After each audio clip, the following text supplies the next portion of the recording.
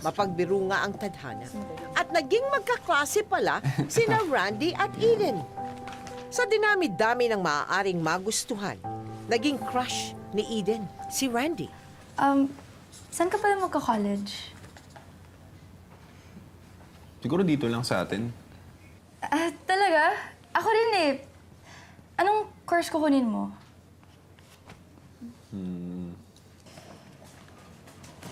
Kuya, mga classmates ko pala, si Ana, si Jay, si Eden.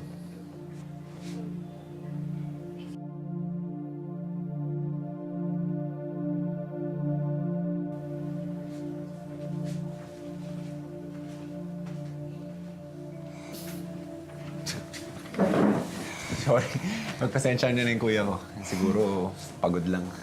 Wala yun. Alam naman namin pasuwa yung kuya mo eh. Buti na lang hindi ka natulad sa kanya.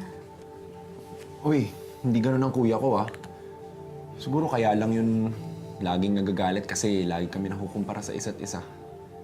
Siyempre, hindi naman pwede yun, di ba? Kasi magkaiba naman kami. Bakit sa'yo siya magagalit? Dapat kasi ayusin niya yung sarili niya. Alam mo, inaayos naman ni kuya yung sarili niya eh. Naghahanap lang siguro yun ng tamang tiyempo. Pero alam mo, kahit na lagi ako sinusungitan ni kuya, mahal na mahal ko yun. Alam mo, hindi ko yung papagpalit kahit kanino. Hindi nga niya alam, idol ko siya.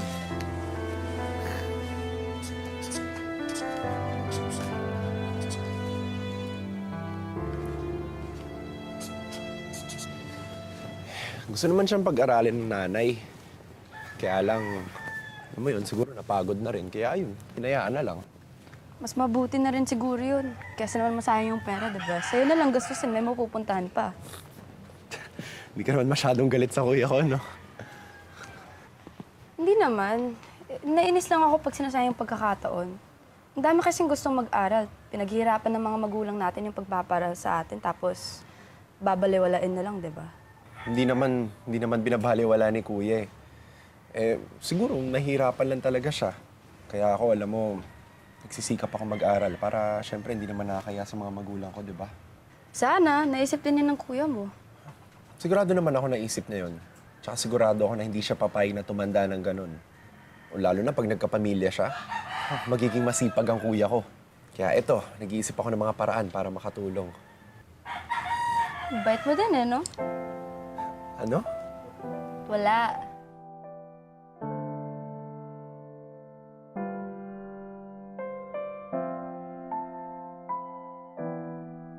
Walang kwenta yung kalaban natin. Panis. Babalik yun. Wala yun. Hoy, Randy! Halika dito, halika. Oh, sumat ka muna. Naman tayo dito. Ayun naman tayo dito. Hindi na, hindi ako minom Minsan lang eh. Dumaan ako dito kanina, wala kayo Kalilipat lang namin dito eh. Sinarduhan kami ni Aling Tessie.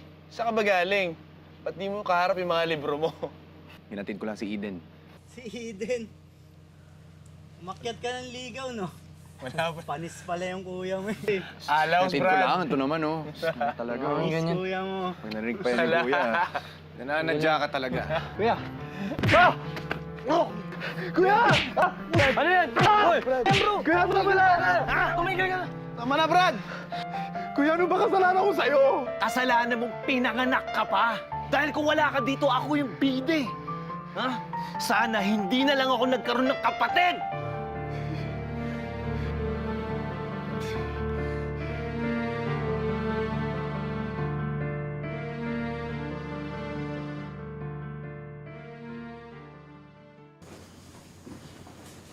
Ano mo ginawa sa kapatid mo? Kung pabarangay kita para madala ka. Tay, tama na po. Paano ko napuruhan yung kapatid mo? Ha? Tay. Paano kung may nangyari dyan? Tama na. Dahil lang sa babae, nagkakaganyan ka. Ay, kapatid mo yun? Hindi kaya makatingin. Ha? Ano yung tingin na yan? Ano yan? Tabang ka? Ha? Bastos ka! Ben! Ben! Tay! Sige, Tay, bugbugin niyo ako. Wala naman ako ginagawa tama dito sa pamamahay na to eh. Sige, saktan mo ako!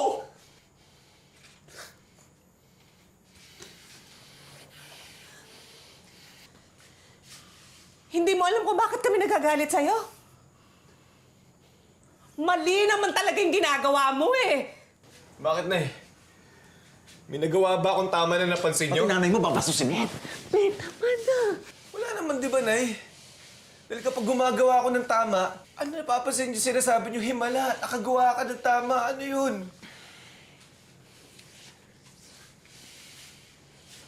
Nung isang araw, Nay, bumili ako ng pansit para sa inyo. Ano sabi nyo? Ayoko niyan. Sawan-sawa na ako sa pansit eh. Hindi nyo nga tinikman yung binigay ko sa inyong pansit. Tapos yung dumating to, itong magaling yung anak, pinakain niyo yung pansit. Nakita ko pa nga kayo na eh. Pinagsaluhan niyo pa nga yung pansit na yun eh. Sarap na sarap kayo na eh. Hindi niyo man lamang naalala na ako nagbigay sa inyo yung pansit na yun. Bago ng tingnan mo, parang basusin mo yung nanay mo! Tay, tama na, Tay! Bakit tay? Mababaw na ako mababaw. Pero ito yung nararamdaman ko eh. Alam mo nararamdaman ko? Hindi niyo ako anak. Pala mo lang ang tingin niyo sa akin. Wala akong pakialam! Dahil ito lagi yung nakikita niyo eh. Ito lagi yung napapansin niyo. Lagi niyong pinupuri itong bunso niyo. Para sinasabi niyo, ang galing-galing ng bunso ko, ang tali-talino ng bunso ko. Samantalang yung panganay. Patapon! Ako, patapon! Patapon ako, Nay! Tay, patapon ako! Ganun yun eh. Alam niyo na hindi ko nakakalimutan yun. Yung sinabi niyo sa akin dito, yung sana, hindi niyo na lang ako naging anak. Di ba, Nay? Sinabi niyo sa akin, hindi ko makakalimutan yun. Hindi ganun yun, Raymond. Hindi mo kami naiintindihan. Hindi ba ganda, Nay? Hindi tayong dalawa, tayong tatlo, tayong lahat, hindi tayo nagkakaintindihan. Hindi, alis na lang ako dito sa bahay na to.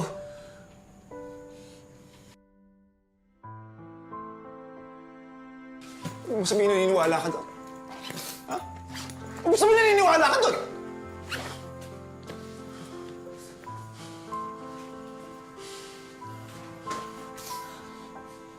Ano? Hayaan siya. Raymond! Hayaan mo siya! Hayaan siya! Hayaan mo siya maranasan niya kung gaano kahirap mawala ng pamilya.